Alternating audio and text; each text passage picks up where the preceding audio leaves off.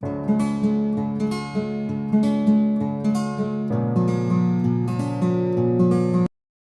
বন্ধুরা, সবাই কেমন আছো? আশা করি সব ভালোই আছো। আজকে আমি একটি ছোলার ডালের পকোড়া বানিয়ে আপনাদের সঙ্গে শেয়ার করব। সেই উপকরণগুলো আমি সব বলে দিচ্ছি। প্রথমে লাগবে ছোলার ডাল। আমি আগে সকালে ভিজিয়ে রেখেছি, পেস্ট করা হয়ে গেছে। তারপরে লাগবে নুন, সাদা তেল, পেঁয়াজ কুচি, আলু, দুটো আলু কেটে ধুয়ে রেখেছি, আর লাগবে লঙ্কা কুচি, হলুদ। প্রথমে আমি আলু গ্রেট করে নেব।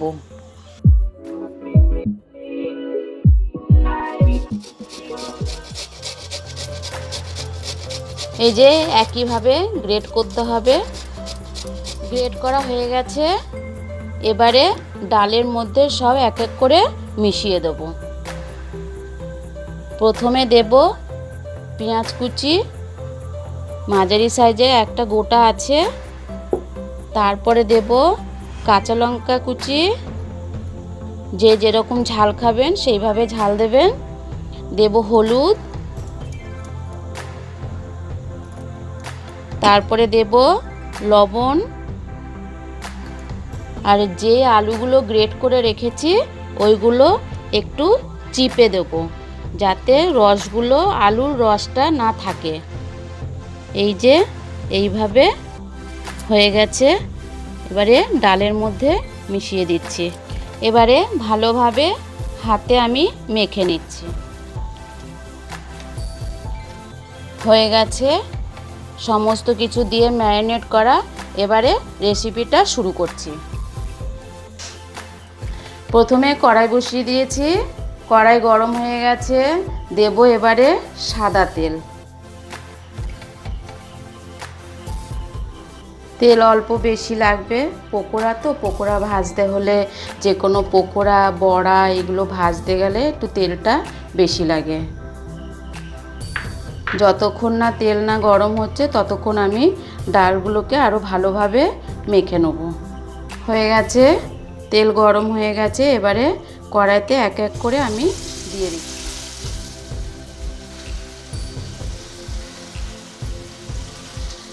গ্যাস কমিয়ে দিলাম। কম স্টিমে করতে হবে, তা না হলে ভালোভাবে সিদ্ধ হবে না ভেতরের অংশটা।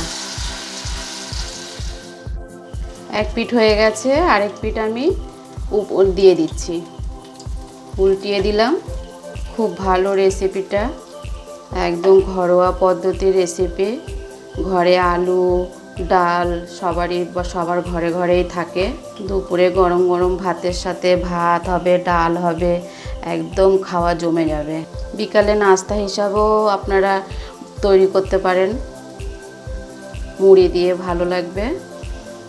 ছোলার ডালের পকোড়া সবাই খেতে পারবে, ছোট বড় সবাই খেতে পারবে। বাচ্চাদেরকেও আপনারা এইভাবে বানিয়ে খাওয়াবে। এই পিঠে ও পিঠে দুইভাবে একই রকম ভাজতে হবে, আর একটু চেপে চেপে দিতে হবে। একদম স্পঞ্জের মতন হয়ে গেছে।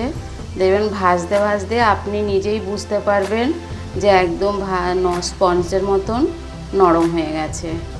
যেগুলো হয়ে গেছে সেগুলো তুলে নিচ্ছি। সব হয়ে গেছে, তুলে নিচ্ছি এক এক করে।